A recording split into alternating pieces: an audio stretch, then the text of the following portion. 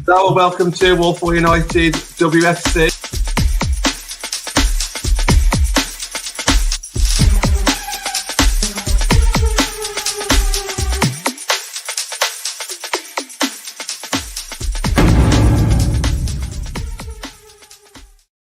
Hello and welcome to Walpole United with me, John Foster, WFC. We've got 5 of us tonight. Andy's back on the show. It's been quite a while since we've been on, Andy. How are you keeping, mate? Andy Slater, sorry. Yeah, obviously. I was waiting for Andy to answer then. Yeah, I'm all good. I'd love to do the full show, but I've got a wedding today, but glad to get to come on a little bit for you. It's not your wedding, is it, Andy? No. I was going to say. You're not singing at it, are you, mate? If they ask me to, I'm happy to. We'll come to your topic first then, but before we do that, Andy, up top Andy O, how you doing? You okay? Yeah, not too bad, mate. You all right? Yeah, good, thank you. Looking forward to Sunday? Of course I am. I'm looking forward to Sunday. I'm looking forward to giving Emma Hayes a headache, hopefully. Fingers crossed. Emma Hayes, the vet. Yeah, I'm not obsessed in any way whatsoever. Yeah, of course. Emma, thank you for rushing back and making it in time. Thank you very much. How are you keeping? You okay? Yeah, all good. Unfortunately, gone back to work this week after 3.5 weeks off, so that's not been great, but let's go. And Atanu, thank you for filling in for John, who couldn't make it at the end. 135 not out, but thank you for joining us. How's your week been, mate? You okay? Yeah, thanks for having me, John. I'm doing good. Good. Okay. Let's get straight into it then. So, Andy, I know you're only with us for 10-15 minutes, but what is it that you wanted to talk about and shout out, mate? Well, what do I always talk about when I come on? You're talking about Man United women. Oh, okay. Fanzine time. It's fanzine time. If you go to the game on Sunday, we will be selling the fanzine in person for the first time, as a fanzine should be sold. So I'm planning to be near the statue from an hour before kickoff. It's issue 2. It's a little bit late getting it out because we had some design issues, but we have improved on that. We've got Vicky on board now, who I can see is on. I can see is watching. Yeah, she is. She's going to be helping with the design going forward. It's good to have her on board. So yeah, I'm looking forward to seeing people in person and selling it in real life. How did the first edition go, and what can people kind of expect in this one? Is there any little teasers there? First one, it was quite difficult getting it out there because we only had Twitter, didn't have anything live, but we had some good, we've got a good bunch of people involved who helped to get the word out, and the fact that there is an issue 2 means issue 1 did what it was supposed to. It sold enough to fund issue 2, and that's the plan. It's not a profit thing. It's as long as it sustains itself, that's a success in my eyes. What can you expect? There's some colouring on the back for the kids again. Oh, the adults. If you want. Kids? Oh, the adults. Yeah, you are a kid, aren't you, really? Well. We've got into that before. We've got crossword. Well, bit of a crossword. Challenge yourself. The thing I am most excited about in this issue is we've got 4 pages on an X-Red. Now, it might not be a name that you know. It sounds like a big headline, but it's somebody who played for United between 1997 and 2004. All the billing in 2018 was the first ever, but this isn't the first United team that we've had. There was a United team before that were playing in large men's shirts because there weren't women's shirts at that time, that were playing against the odds, under pressure, being told they shouldn't play, and they are the history of United. And I was lucky enough to talk to Michelle, who played for United back then, and she had some great things to say. It was brilliant meeting up with her and chatting, and it was enjoyable to write it up. And I'm looking forward to the reaction and the feedback to that one. That's what I'm most excited about.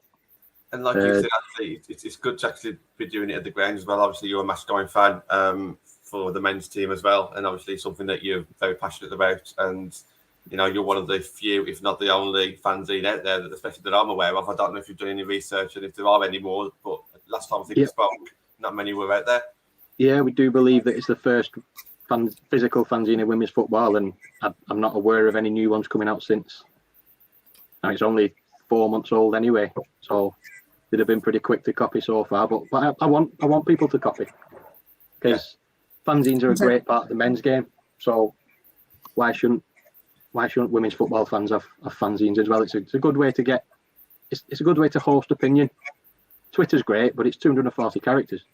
If Twitter was supposed to make sense, they'd give you an essay to write rather than a short snippet. So if you've got an opinion, get in touch.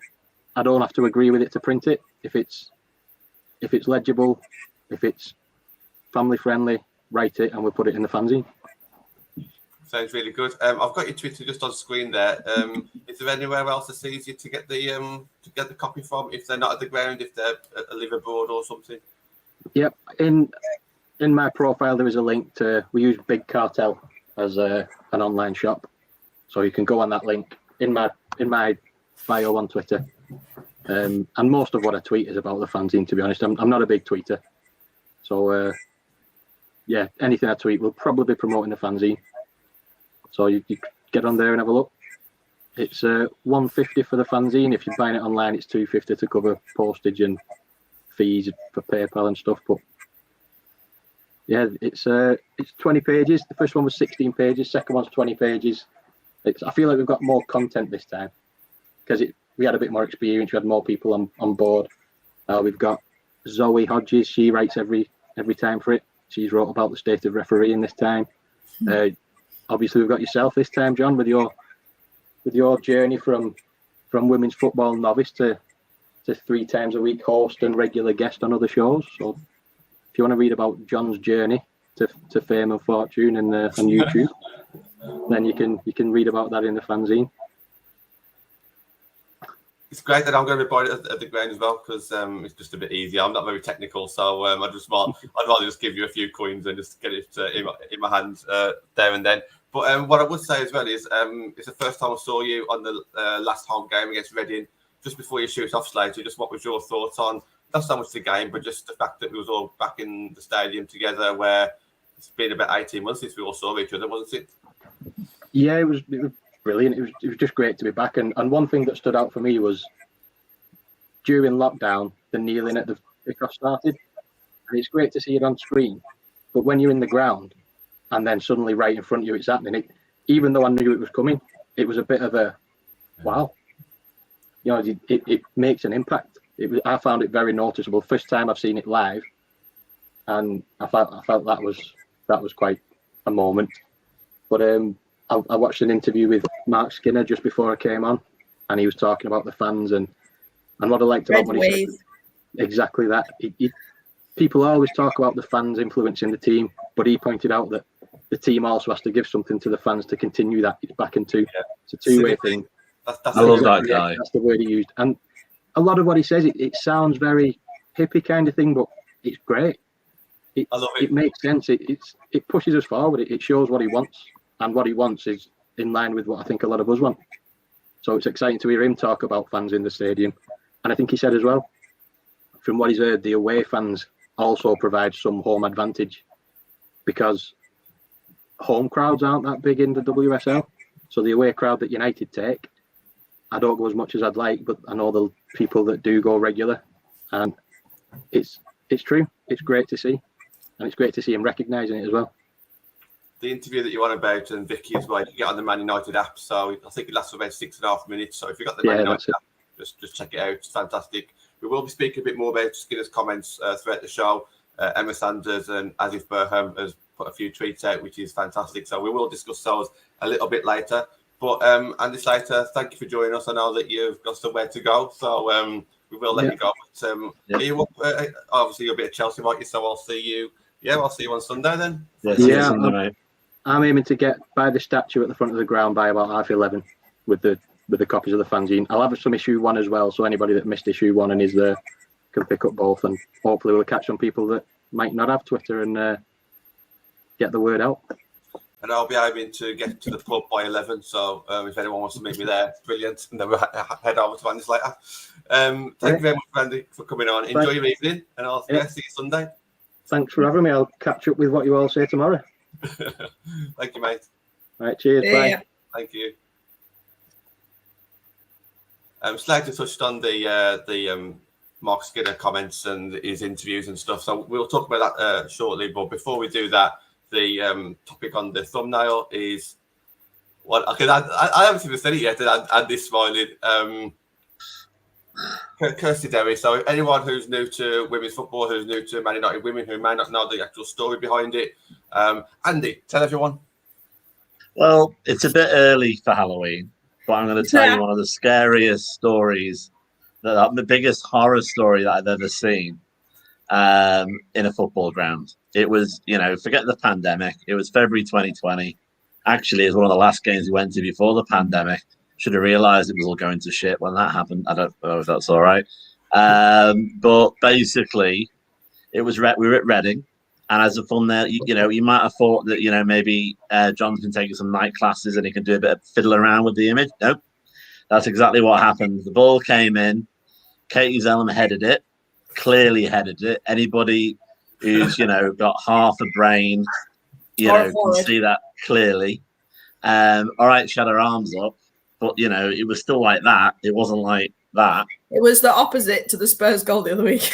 Yeah, and this FIFA listed referee, Kirsty Dowle, I'm going to name the clown, she gave a penalty and she gave a yellow card when our lot were slightly surprised at a Even Reading were idiotic decision.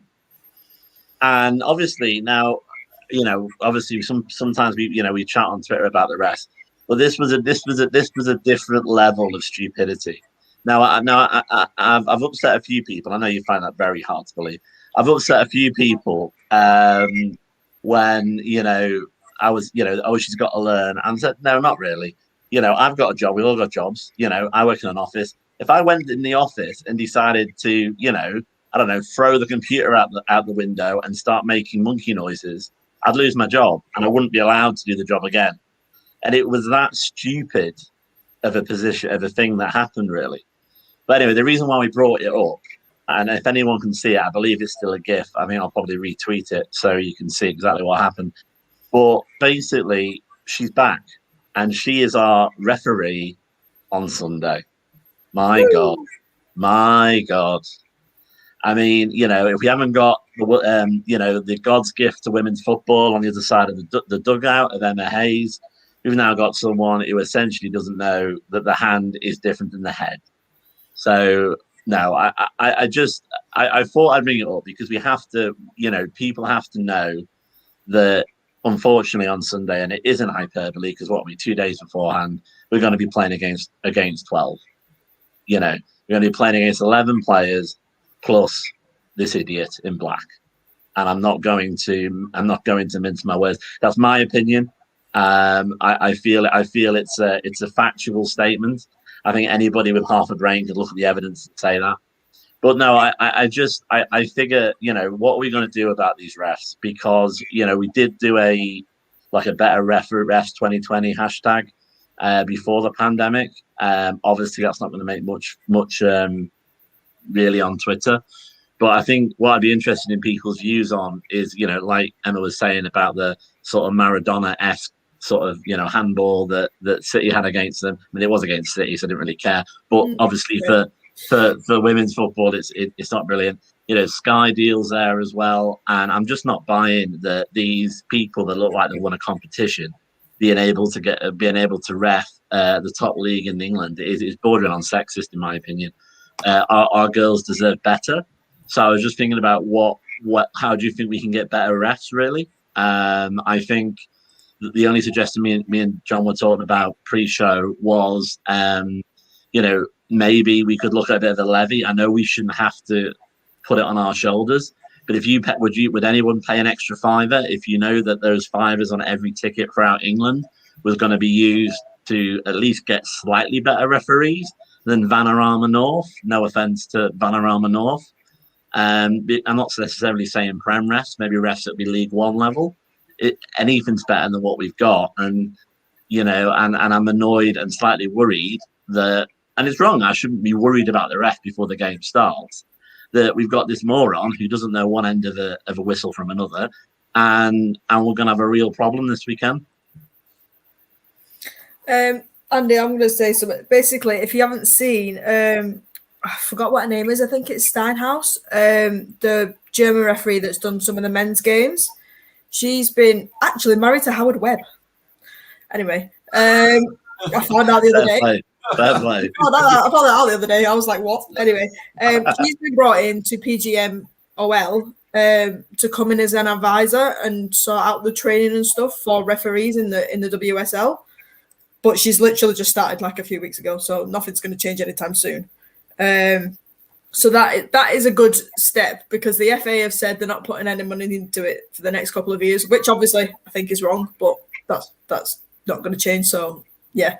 But I think they're getting there, and I actually think the presenters and stuff highlighting it on Sky Sports and BBC are making them sort themselves out in a more PG way because they, it's getting like we joke about the misogynistic comments on Facebook and social media about women shouldn't play football and women aren't good enough and stuff like that.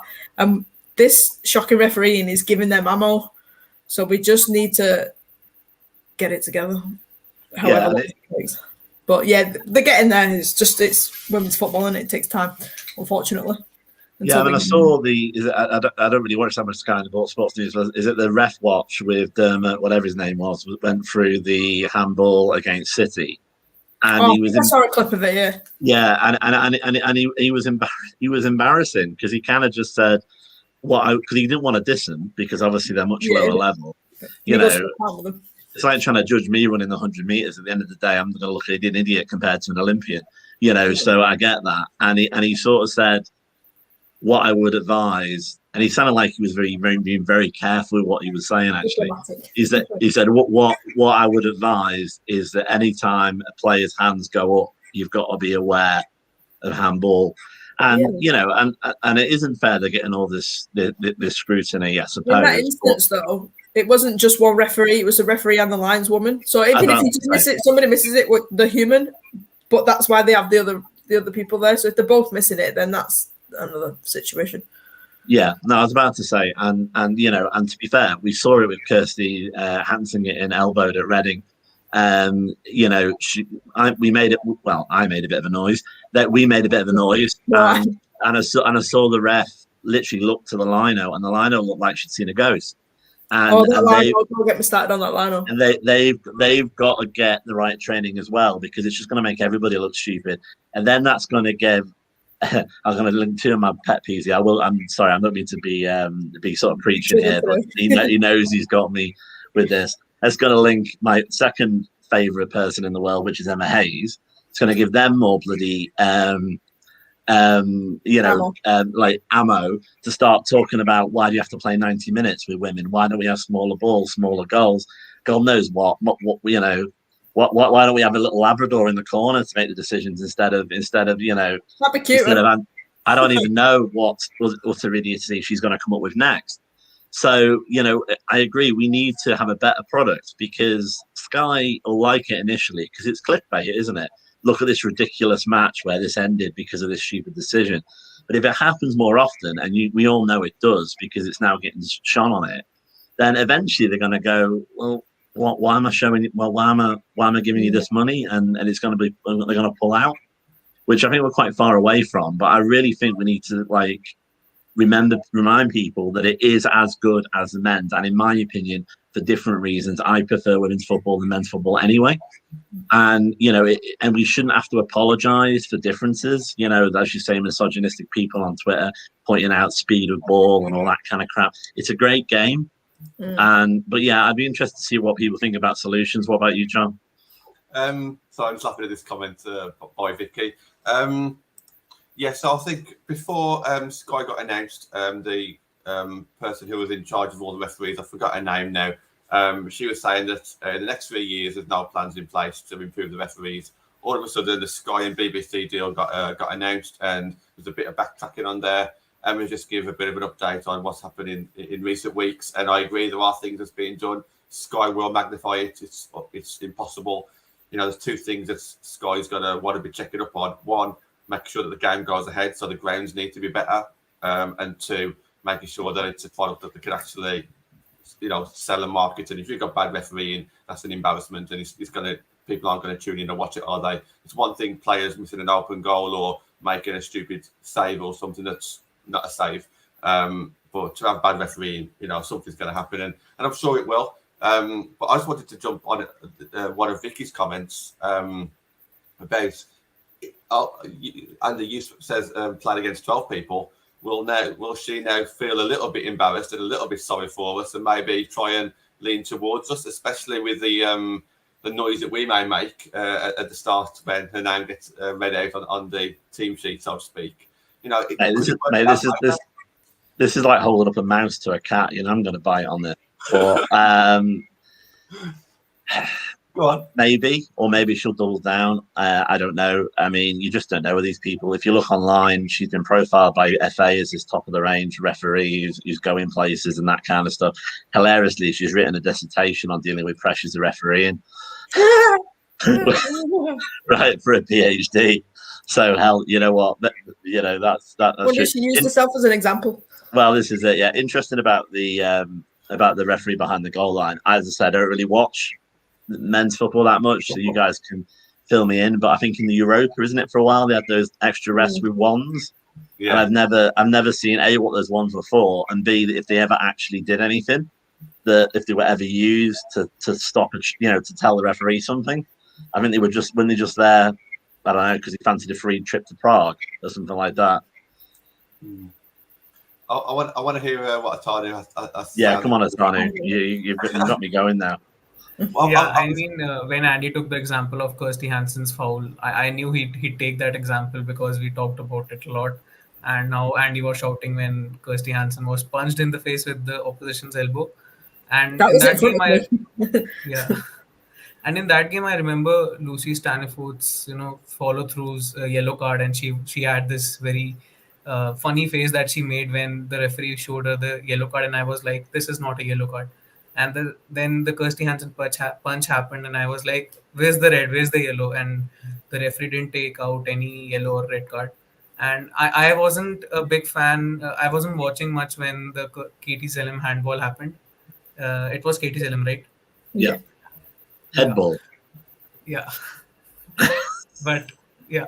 That's what we can do in the game. Sorry. Don't give any spoilers away. We already it's like Maradona's hand is the hand of God, and Katie Selim's the head of God, something like that.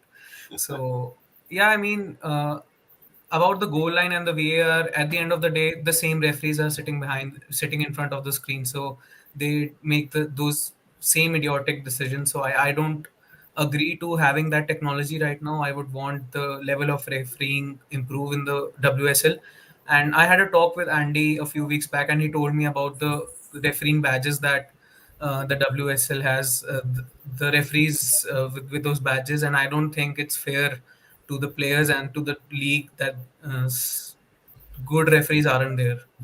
They don't have the appropriate badges to referee in the top in the Indian women's top tier league.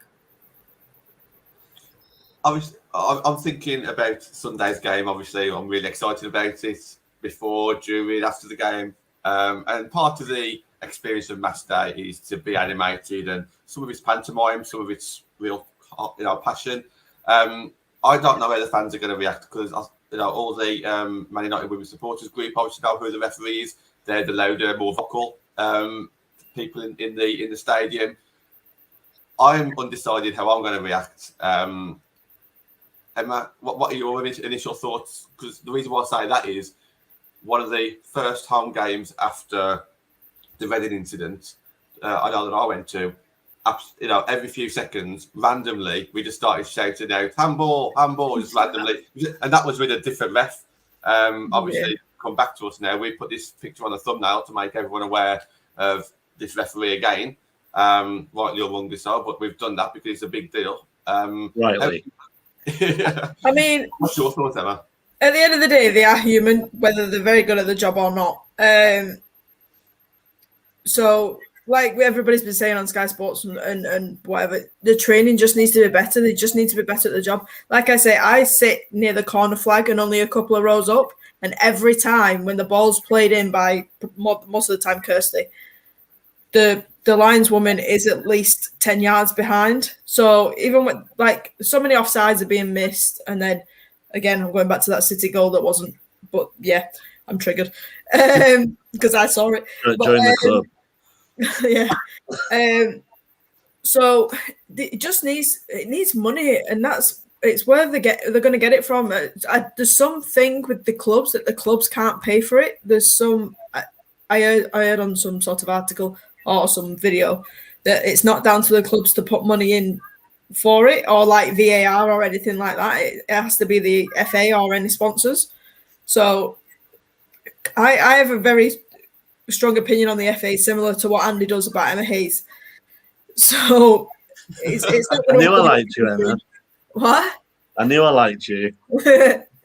I'm the nice Emma. Yeah, so they're trying to sack it off because they know it's going somewhere and they don't want to put in the effort. So that's what gets me. But the thing I found out that I wanted to point out was I heard somewhere that Sky paid £45 million per year for the Super League, and their viewing figures are declining quite rapidly recently, especially if you're a Wigan fan, but that's another story.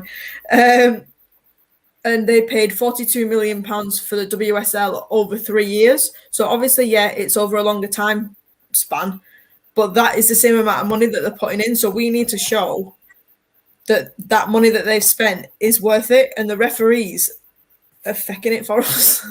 Yeah. So something needs to be done about that, even if it's Sky Sports or somebody putting more money in, or a sponsor, because Barclaycard putting more money in, because at the end of the day it's their product that they need to protect. So if that's the way they're going to do it, where's the dollar? Go on, Andy, do you want to finish up on this topic? Yeah, just to finish on it. I mean, as I say, I've had this from a good source, an ex-referee.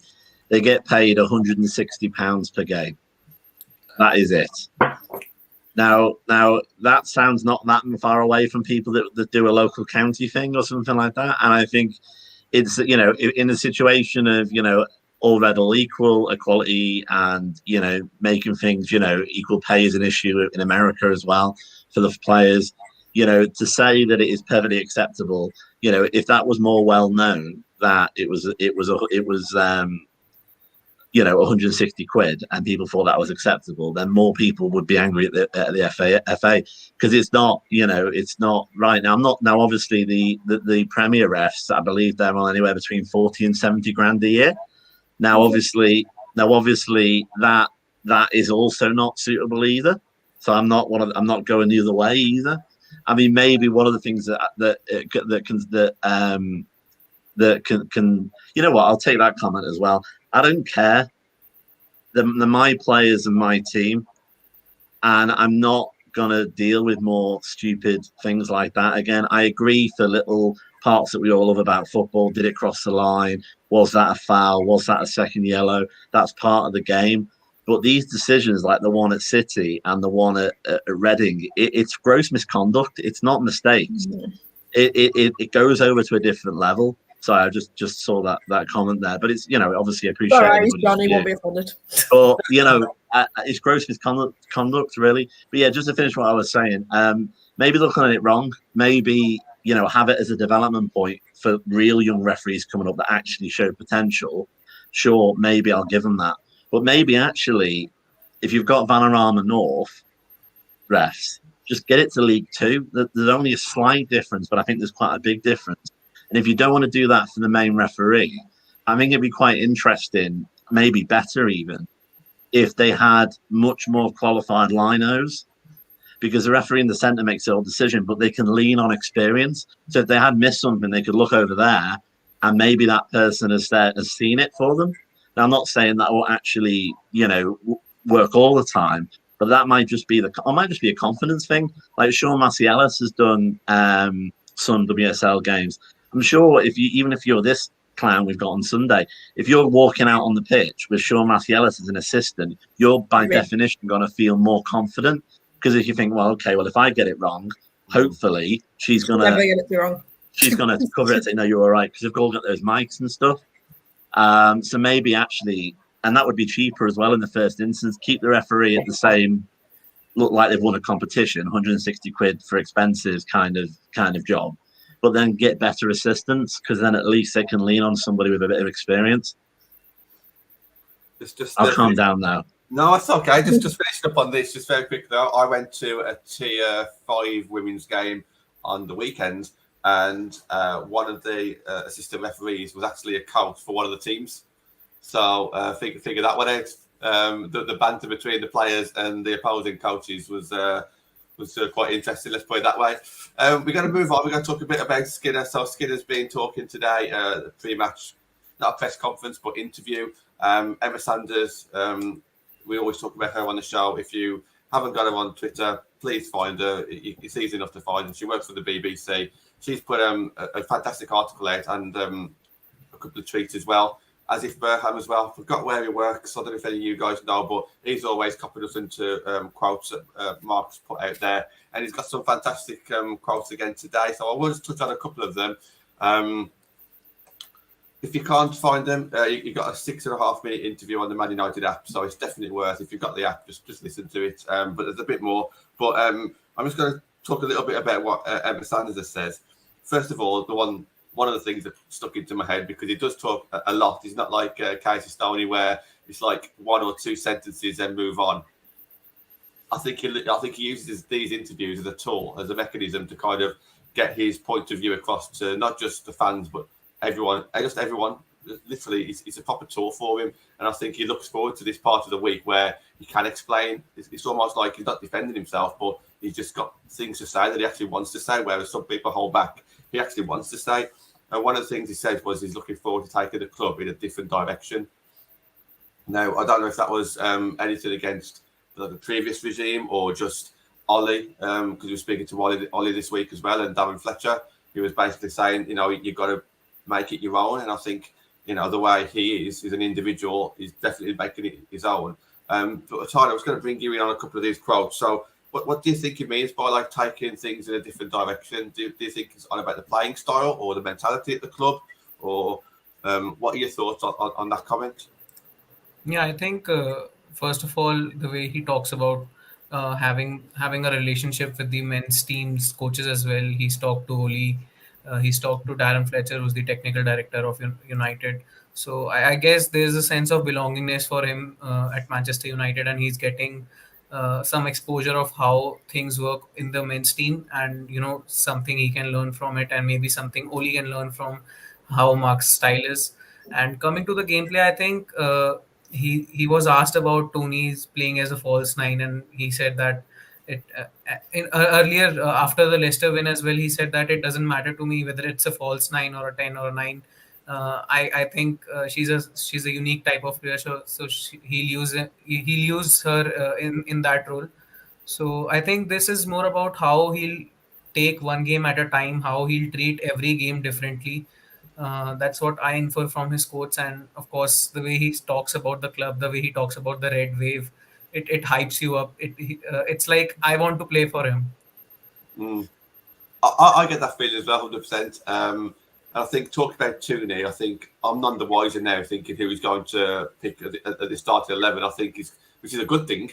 I think he's completely thrown everything out the water because he did kind of mention something that I mentioned on the Monday show, potentially play Tooney as a false 9, so she can drop back, be in the midfield, pack the midfield out, and then look for long balls for Hansen and Galtran because he was talking a bit about spaces behind the back line, which I thought was interesting. That's one tactic.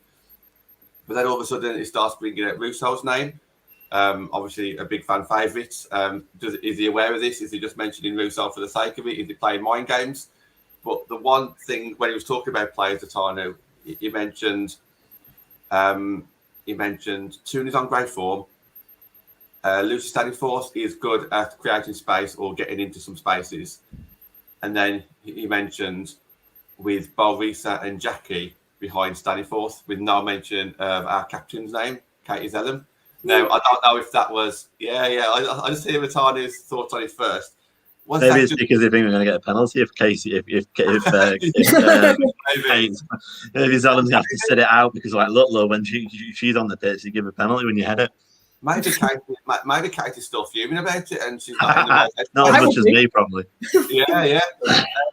But I thought that was interesting because it could just be playing mind games. It could just be like a slip of a tongue, but it doesn't need to name every player. But I thought it was very interesting where he could have said Jackie and Katie behind standing fourth, but he specifically mentions Balbisa and Jackie, which I just thought, not mentioning your captain. You can't forget your captain, so he's deliberately not mentioned Katie for a reason.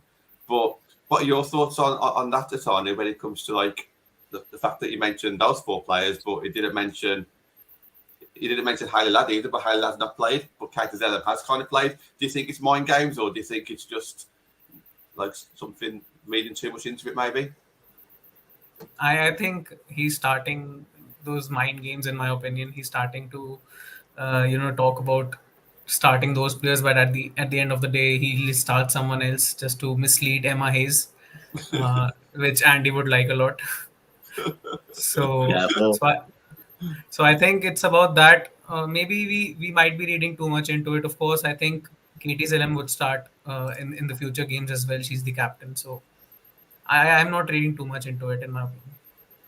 Yeah. Go on, Emma. What are your thoughts on? The players you mentioned, bar one, have all not gone on international camp, so he would have spent time with them this week anyway. So they'll be fresh in his mind to start off with. I think he will start with Martha Thomas, and if she doesn't provide, because she'll be getting balls here, there, and everywhere from Jackie and Leah and Kirsty and whatever, if she doesn't put them away, then we've got Russo to play. Because if there's Martha up top on the back shoulder, like he has been saying, and Risa and Jackie feeding them balls in, she'll just run every day. Maybe she won't get everyone in because she's not thinking, but she did score for Scotland a couple of times while she's been on international duty. So, and she's one of my favourites, so stick with her. Hopefully today, Sunday is going to be the day that she comes good, along with Jackie. But yeah, I think Martha will start. But again, who knows? Andy, are you a bit worried about Tooney? The fact that she's played so many minutes for Lionesses. She says that she was okay. Obviously, she played the second game, got subbed off for a few minutes to go. But a leg, it was strapped up. She's played a lot of minutes. There's no need to play Tooney when you've got so many other talented players at the club. But she was our best player going into the Lionesses game. So are you a bit worried that she might not start? To be honest, I think we need to remember she's just turned 23. I mean, she's going to have the engine for that. Actually, I'm probably not. I think she's still going to be fine to start. I think maybe if we're having this conversation after the Lionesses against Northern Ireland in the middle of October, maybe at that point it would have been a bit on the legs or something. But at the end of the day, they've only really played 2 games, and then obviously the England games, which I appreciate she's played. If anything, you could turn the argument the other way and just say she's going to be basically up to speed. She's going to be maybe still in form, and I don't worry too much. I mean, I think, with our, I've been pushing about the lack of options up front, and, I don't think Mark's stupid enough to put her on if she's not 100%.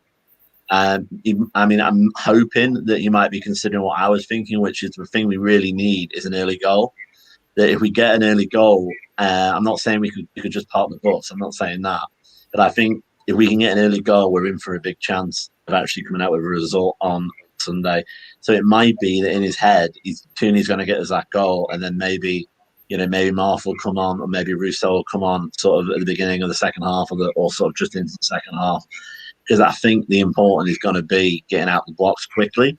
I think if we end up going behind, I'm not saying it would be over. It's just a heck of a lot more difficult, because then the players start thinking about playing against Chelsea, and this being Chelsea, and it's a much harder thing to overcome. But just to also go on to what Tano was saying there, I think the thing I love about Skinner is he actually uses these interviews properly. He uses them to actually answer the question when he wants to answer the question. He uses it to show off a little bit, I'll be honest, because at the end of the day, he's showing his ability as a manager, and he's giving reassurance to fans. He's feeding us as a 12th player. He knows exactly what he's doing, and I absolutely love it. But, and I'm totally bought into it. But I think also it's just different because, different people, Casey's very monosyllabic. Yeah, it's Chelsea next game. We should be all right. It's just different, and it's using the ability to actually, like Emma does. Emma, when she finishes moaning about something that goes wrong if she doesn't do well, she does generally have that interaction, and that's why she's getting the puntry jobs as well now. So I just think he's doing pretty well. I just wanted to say that the thing with Tooney, I actually think he'll start her because then he'll put pressure on her. Not pressure, but just like go and do what you can. If you're not good enough, we've got other people to help. Like don't put all the pressure on yourself to do 90 minutes. Just put the pressure on yourself to get the job done. If it doesn't come, then don't worry about it. We'll just shove somebody else on. Yeah, I think. I could do with some give me some reassurance on Martha though, because I am still seeing the ghost of Jane Ross. Well, I've said this before in interviews about she didn't get fed anything at West Ham to start off with because they were too busy conceding goals, and she's had a lot of stuff go on off the pitch, and I think coming to United, she's realised it's game time, and if she wants to be the player that she wants to be, she needs to prove it, and she's, I think, willing to show that now. I could be wrong, but she isn't Jane Ross, put it that way. I want you to be right. Just because she's not Jane Ross, put it that way. There's another Scotland striker that's better than Jane Ross. But yeah, and she's scored for us already, so she's already doing better. Yeah. But she just needs to get fed, and she is good off the shoulder, and she has got pace, and she's a good finisher. So she reminds me of in the men's team, Chicharito. Okay. But we'll see. Well, as someone in the comments has mentioned, she scored twice for Scotland as well last week. So she's on goal scoring form. Well, like I say, she scored against Leicester. I thought it was a great substitution by Skinner to bring her on. So let's see. But this is the first time that I think I've gone into a game and I've got no idea who's going to be playing, apart from maybe the back five. But this is great. I think Phillips will start. That's about it. Yeah. Shout out to Mary as well. Obviously, getting England #1's jersey for the last two, even though Roebuck's injured. If she carries on playing well, it's much harder to take a goalkeeper out when they're playing well. For a manager that actually cares about form rather than Neville. So I think she could do pretty well as well, staying for England. Just one last thing on Skinner. One of his quotes. He's basically talking about what we're focusing on is being there together as a team and making the most out of being together and looking out for each other and sharing that connected spirit. It's a typical Mark Skinner kind of quote, isn't it? And I really wish everyone starts singing and holding hands, isn't it? I really wish I had the time to get a compilation of all his like his antidotes and all these analogies and everything. But he's right, and he's stuck by that from day one, from when they all went to Scotland on their little 1 week team bonding, and I get what he's saying, and I can see that team spirit. Obviously, for the last week or two, they've been away, but Tony, just to finish off on Skinner, just regarding his like mentality of everyone working for each other and getting that connection as the players, but then also getting the connection with the fans. He's definitely nailed that at the moment, hasn't he?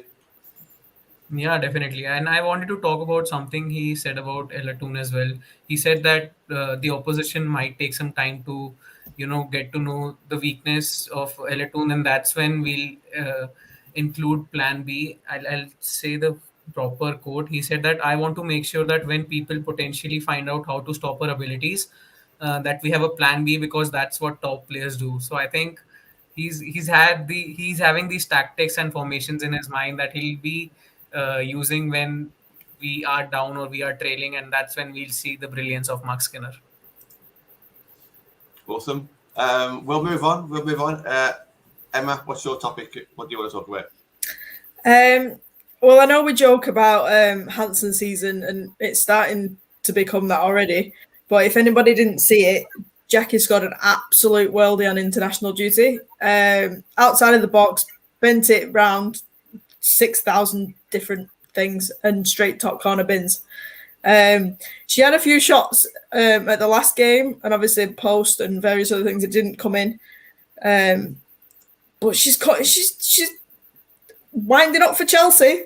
She's winding up. So my topic is, Are we finally going to see Jackie Gronin repeatedly on that score sheet this season?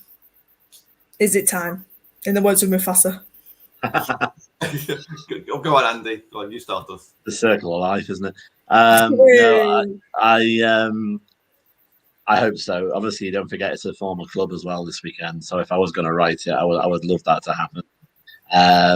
I mean, I suppose it's interesting. I know it's another, not to link it back to Skinner because we are kind of quoting him like a deity at the moment.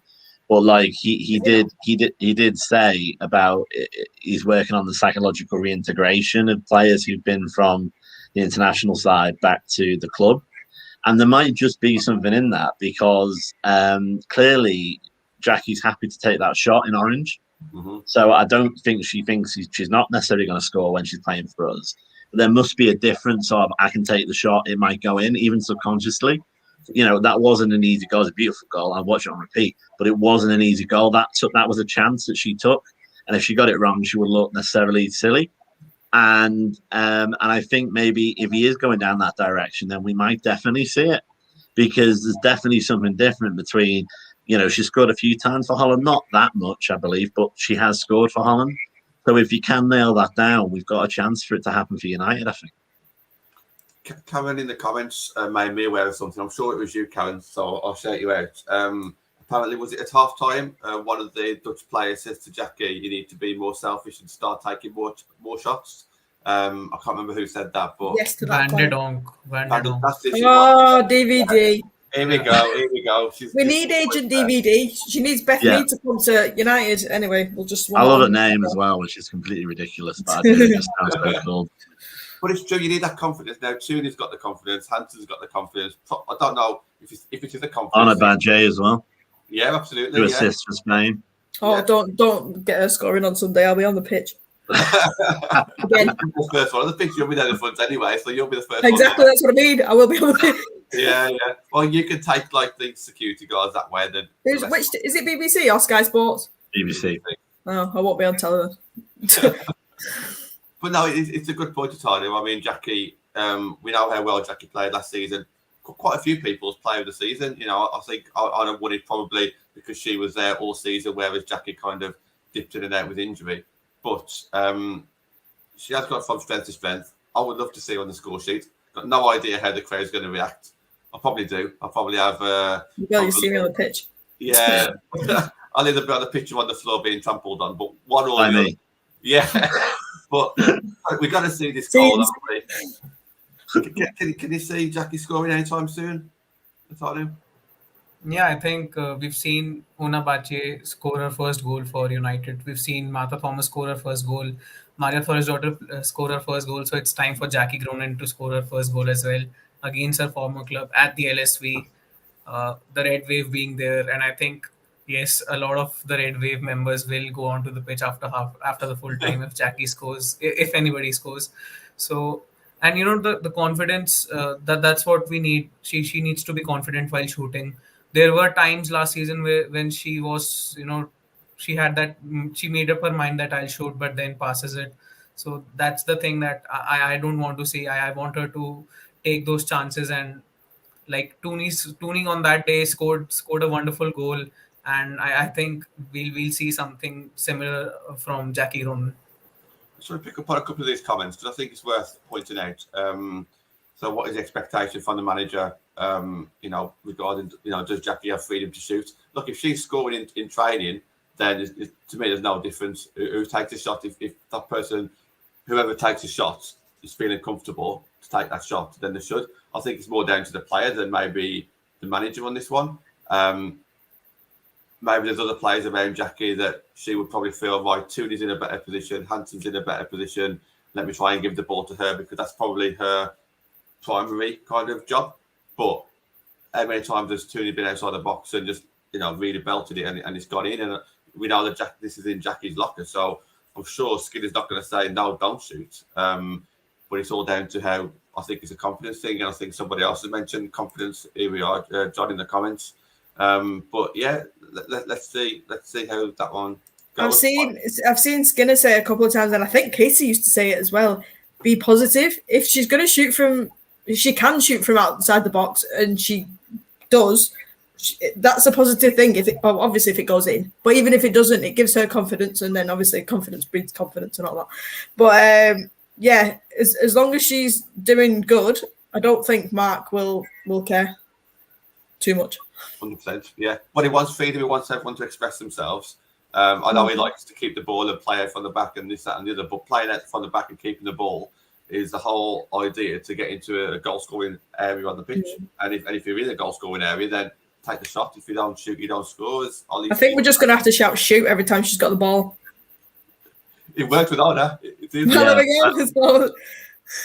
I think, to be honest, I think let's just sort of think about it. What I think was really good about this, and I'm going to be interested to see Skinner, because what would happen when Casey and I love Casey, I'm not dissing her that much, but when we played, the bigger team, we could have all in our sleep guessed the starting 11. And a lot of the time we would sort of park the bus or try and do very ticky-tacky from the back and almost give them way too much respect. We need to believe that we're equal to Chelsea, we're equal to Man City, we're equal to Arsenal, whoever we're playing, whether it be for 90 minutes or the whole season. We need to believe it during that game. And I think, let's just think, if say we do get a result against Chelsea, how fantastic is that going to be, going into Birmingham and then going into Man City as well? And that is the only slight worry that I do have, is that we had good momentum for those two games and then we've had an international break. But hopefully it'll go well for us on Sunday and I'll have no voice for 2 days afterwards. Them are the best ones. Atani, we've got about 5 to 10 minutes left. What's your topic, mate? Yeah, I think, my topic is that Hayley Ladd should start. It's just because we've seen Chelsea shifting from back 4 to a back 3 this season, and they are struggling on that full back area, like the wide defenders, and they don't usually play those wingers. They play Sam Kerr and Fran Kirby, like makeshift wingers. So I don't think they have much to offer from the wings. So that's where I think we should be taking advantage of them, and we'll play a high line in the sense that Ona Batye, Hannah Blundell will go forward a bit more. And that's why I think, just to, have a cover for the defense, I think Hayley Ladd should be there, because she has played as a centre back for Wales as well. Not saying that she should play as a centre back in this game, just that she can play as a back 3 when we are in attack. So I think Hayley Ladd should start, and I don't know who will be the other midfielders. I want Jackie Cronin to start so that she scores that first goal. Other than that, I think just because Chelsea are lacking that width going forward and in the defense, I would want to take advantage of that and just put in crosses every time, and Martha Thomas starting, maybe she scores and heads one in.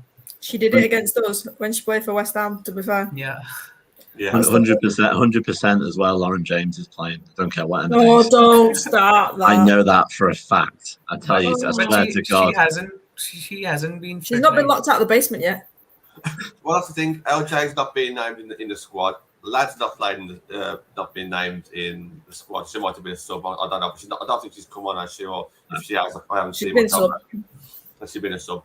So we know Skinner's very unpredictable, but I think this would be very unpredictable because she just hasn't had much game time. But as we know, she has been playing for Wales. She's our favourite CDM. She's our best CDM. She's our only CDM. Yeah, it's right. Yeah, the one time you need someone like Hayley Ladd to get into the midfield, you should play. So I can agree with what Charlie was saying. I just think it's a bit of a risk in one sense because she's not played much WSL time this season, has she? So you would think let's bring her in gradual. But has Skinner been saving Ladd for this particular game?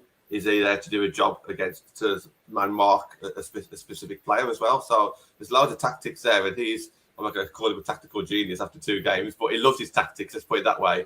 Go on, John. You know you want to. I will. Yeah, give it another couple of months, and we might get there. But no, he definitely thinks about these things, and his mind's going to be working so many different ways, thinking, okay, how am I going to approach this game, and how bringing Hayley Ladd on would be a way of doing it where you can win the midfield battle, where you can support the defence, where you can let an extra midfielder go forward because you know that Hayley's going to be comfortable at the back. But a part of me would be very surprised because she's not playing much. But then another part of me would think, yeah, it's the right decision against Chelsea. Andy, do you want to come in on that one? Yeah, I think there's two things: there's sort of 1 for and 1 against. 4 for it is that they're not going to have much, for want of a better word, they're not going to have much video on her, and they're not going to because she played for Wales, fine, but there's not got much in the United system. They don't know where Skinner's going to play her, so that might be quite helpful. The only negative that's against that, I would say, is that she is a bit like the female version of Roy Keane. She's got, and I love her for it. She's, there's a reason why the chant is Hayley's going to get you. She's a very physical player. So with that referee, is that going to cause us a problem, in relation to 50-50 tackles? So I know that's again something that we shouldn't consider, but you have to be realistic. I would love her to be certainly on the bench, and might be a good shout to put on if we had a problem with, as you say, one of our defenders, or if our centre midfielder came down. I think that should be quite a good, as they call it, because I get all the Americanisms in, like Skinner, game changer. Should be a good game changer in 70 minutes when people start getting tired. But it is going to be a risk because she's quite physical, and it just depends on the rest view on it. And as we know, this person can't see the proverbials. So is it a risk? I think it's a bit of a risk.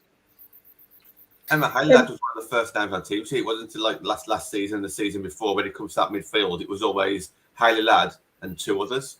Whereas now it's like, can she even get in? But what are your thoughts on that one?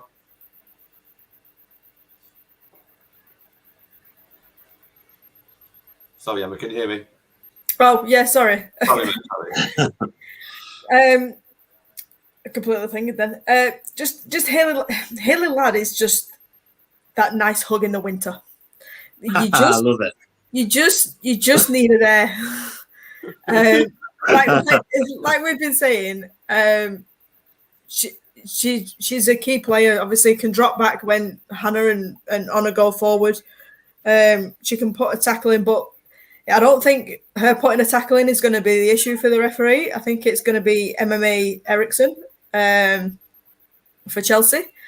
That's gonna be interesting whether she sees that, but that's another topic for another day. Yeah, you need Hayley in, even if she's on the bench, like you say. She could come on to just to show things up if we are looking a bit under pressure, like you say, in 60, 70 minutes. If we are winning, touch wood, or when we are winning, she just needs to be there. And she did play 90 minutes for Wales, so it's not like she's not match fit. She has been playing. It's not like she's not there or thereabouts. What I was going to say towards the end, obviously, I have had a look today about tickets. I'm pretty sure the West Stand is sold out. So the other side, they've split where behind the goal, where obviously the other stand is. In the corner are the Chelsea lot, so we're not bothered about them. But then also the United fans will be in that side, so just be aware that that's where they'll be. But obviously, that means we're selling good tickets. So that means it's going to be a better atmosphere and more people need to come down. That also means that getting to LSV, there will be traffic. There has been a notice been put out by Man United. There's an Ironman competition on in the morning, and it goes basically past the Sports Village. So that road will be closed until 10:30 in the morning. I mean, I know John gets there at like the crack of dawn to get in the pub, but I think he's the only one. Now, aren't you, John? Yeah. But I think he's the only one. So just for people coming to LSV on Sunday, which is probably most of you watching this, hopefully, the road going to the Sports Village will be closed until 10:30 in the morning. So just be aware of that. There will be like backups and stuff like that, but you'll be fine. Just make sure you're there. Yeah, no, thanks for mentioning that, because there might be a few that haven't received that text message or not seen it on Twitter. If you don't watch us, if you don't read our Twitter, but you watch our YouTubes, yeah, absolutely. I'm going to be at the Ironman competition. Positive as well. Just to finish on a final positive, and this is actually about the opposition, so honestly, I'm not. You're feeling all right? I know, yeah. Chelsea are bringing a coach of their own supporters. Apparently, they're meeting at 5:30 a.m. in Kings Meadow. Yeah. I assume they must be coming up on a horse and car, because it doesn't take that long to get to LSV. But fair enough, it's not my problem. But I know, traffic. Well, this is it. Yeah. So there will be opposition fans there, and I do believe they typically do fill a full coach. So we should get a nice sort of bite back off them, which is exactly what we're looking for, and it should be a much better atmosphere as well. I mean, they have a go at singing, but yeah, it's not anything what we do. So definitely, if you're thinking about it, it's £6 to get in. The South Stand is available. It's worth it. Trust us to see people like me go a bit mental for 90 minutes. And me trying yeah, exactly. And hopefully, it's a great way of seeing some great names. And I think everyone is UK based here.